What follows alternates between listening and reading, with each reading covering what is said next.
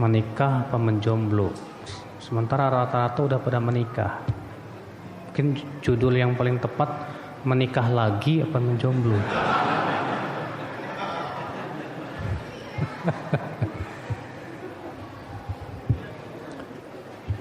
Iya. Tentunya saudara-saudaraku sekalian,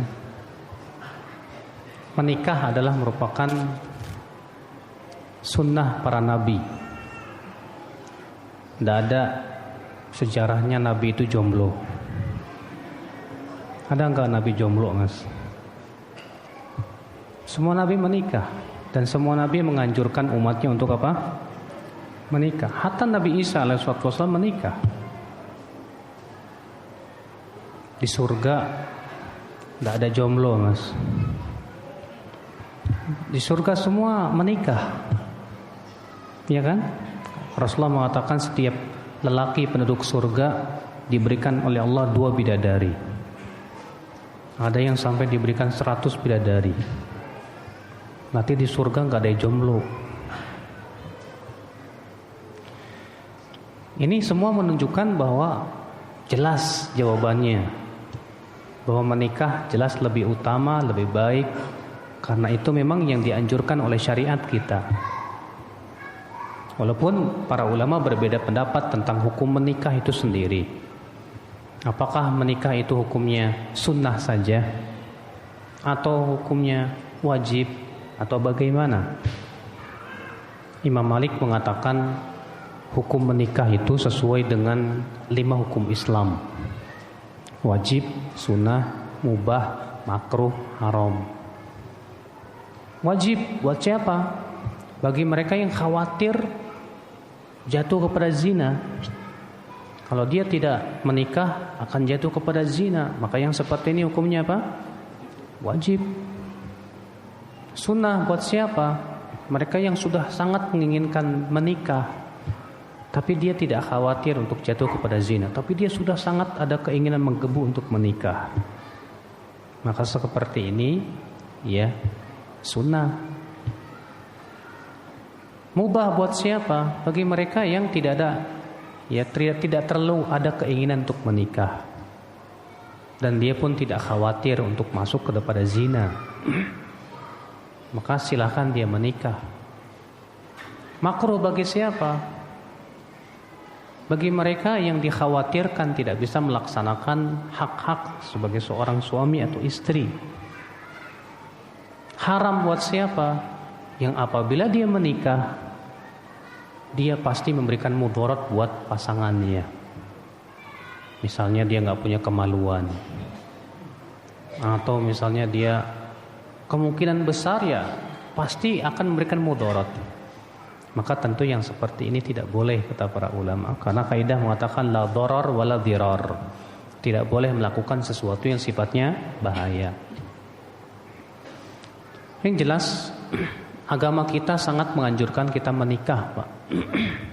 Rasulullah SAW bersabda, ya ma'syarasy syabab, man istata'a minkumul ba'ah falyatazawwaj, fa innahu aghaddu lil basar wa ahsanu lil farj. Wa man lam yastati' fa 'alaihi bis shaum fa innahu lahu wija. Wahai para pemuda, siapa di antara kamu yang sudah mampu ba'ah? Ba'ah itu apa itu? Kemampuan untuk berjima dan kemampuan untuk memberikan nafkah. Iya. Maka hendaklah dia menikah, kata Rasulullah SAW. Karena itu lebih menundukkan pandangan dan lebih memelihara kemaluan.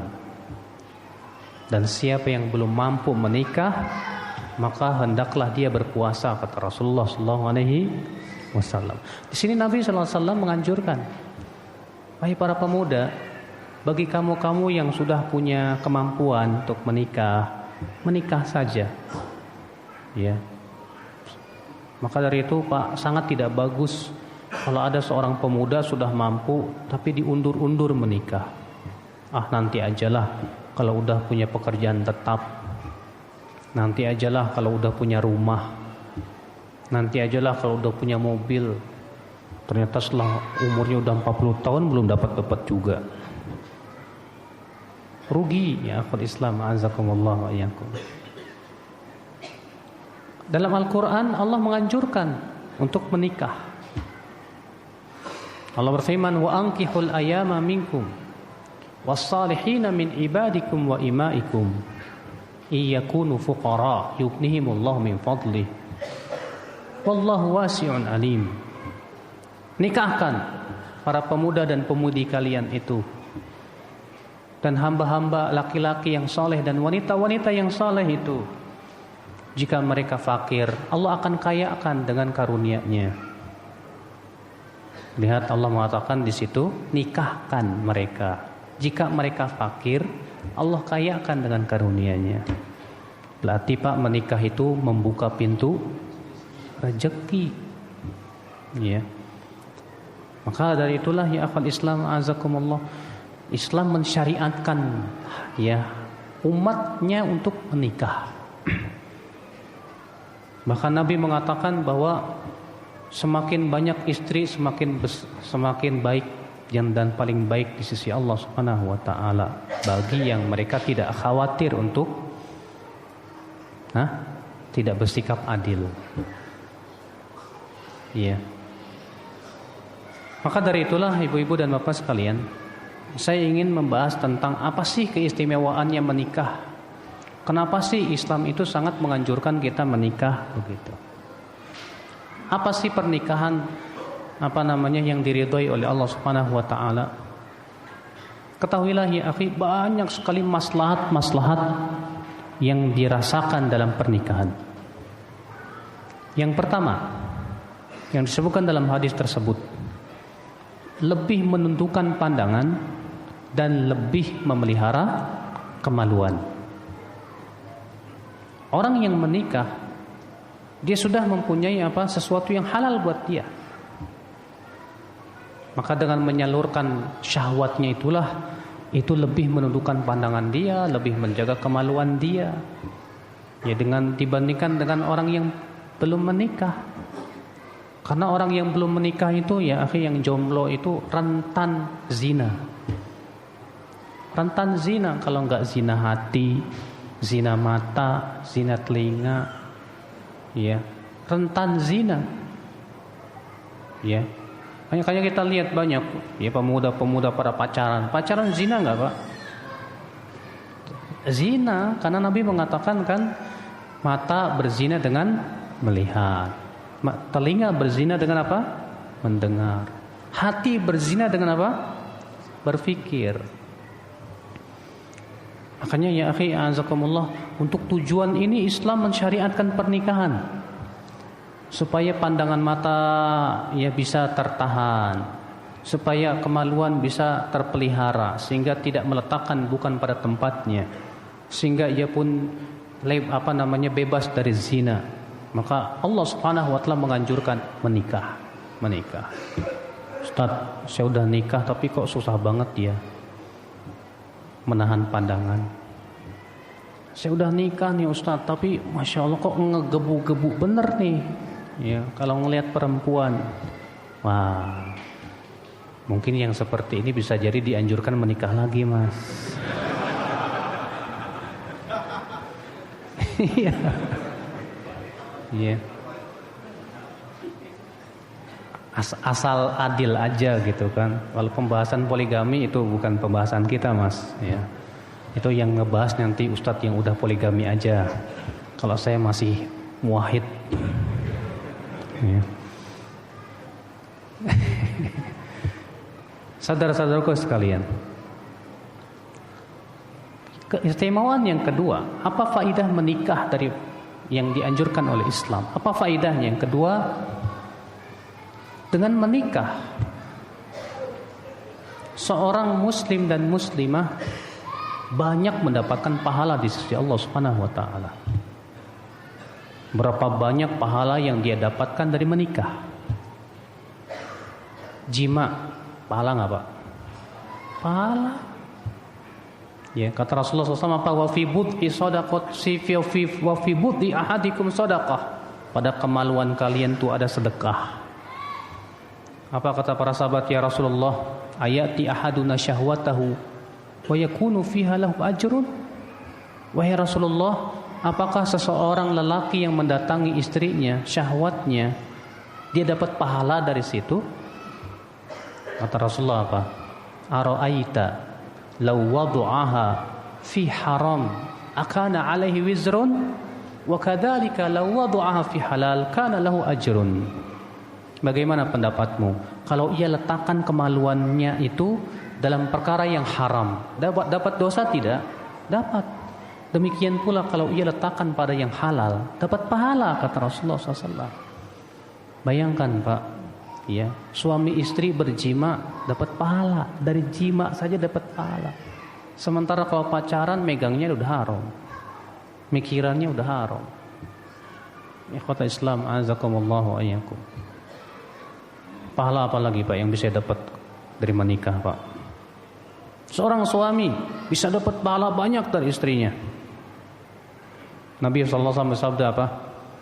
Riwayat Bukhari dan Muslim, khairukum li ahli wa ana khairukum li ahli. Sebaik-baik kamu adalah yang paling baik terhadap istrinya, dan aku yang terbaik untuk istriku. Rasulullah mengatakan sebaik-baik kamu. Berarti menikah itu menjadi sebuah sarana, ya, sarana yang terbaik untuk menjadi orang terbaik. Orang yang terbaik bukanlah orang yang baik di depan masyarakat Pak, tapi orang terbaik itu adalah orang yang komentar istrinya baik. Kalau ditanya istrinya bagaimana suamimu, kalau istrinya berkata Masya Allah, berarti dia memang orang terbaik. Walaupun masyarakat, ya, menganggapnya kurang, tapi dia yang terbaik. Kenapa? Karena orang kalau sudah terbaik kepada istrinya, pasti buat orang lain terbaik juga, baik juga. Kepada orang yang dia kuasai, yang selama ini hidup bersamanya dia baik, kepada tetangga dan kepada yang lain pasti lebih baik Pak, insya Allah. Tapi orang yang Masya Allah bisa memimpin masyarakat belum tentu baik kepada istrinya Pak.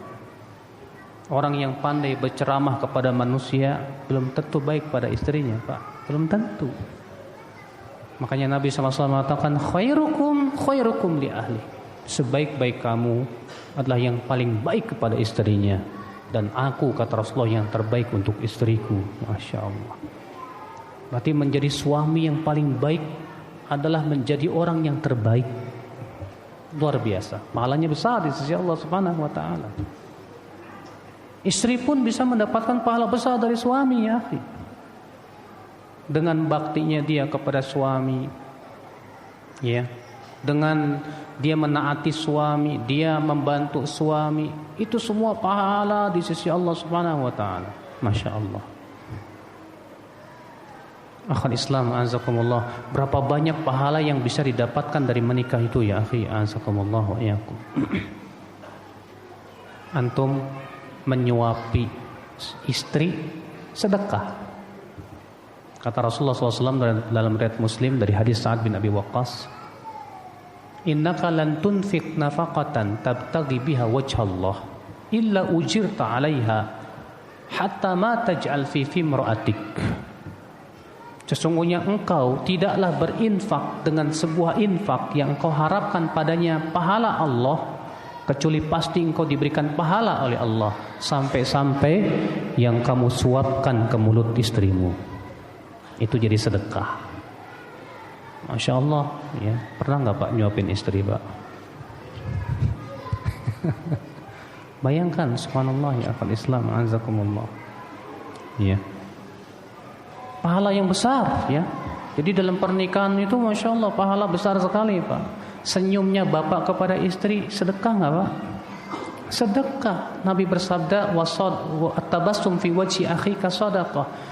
Tersenyum di wajah saudaramu sedekah. Istri lebih layak Pak, ya. Jangan kita senyum sama perempuan lain, sama istri cemberutin. Maka ya akhi, yang berhak untuk kita senyum padanya siapa? Istri kita. Istri kita sangat butuh senyuman para suami, akhi. Ya. Nah ini, jadi yang kedua, bahwa dengan adanya rumah tangga itu kita bisa mendapatkan pahala apa? Besar. Ya. Ibadah lebih tenang setelah menikah dibandingkan ketika jomblo. Iya. Waktu jomblo belum nikah, pikiran kemana-mana, sana sini. Iya. Sholat nggak khusyuk dan yang lainnya. Sampai-sampai saya punya teman bilang gitu. Saya dulu waktu jomblo payah sholat. Baca Quran aja ngelihat inget bibir katanya. Lihat ain ingat telinga katanya. Nah, ya akhi azakumullah. Setelah menikah lebih tenang. Makanya Nabi sallallahu alaihi wasallam mengatakan apa? Ya, tadi hadisnya sudah saya sebutkan. Idza razaqallahu ya al-'abda imra'ah salihah faqad a'anahu ala syatri dini.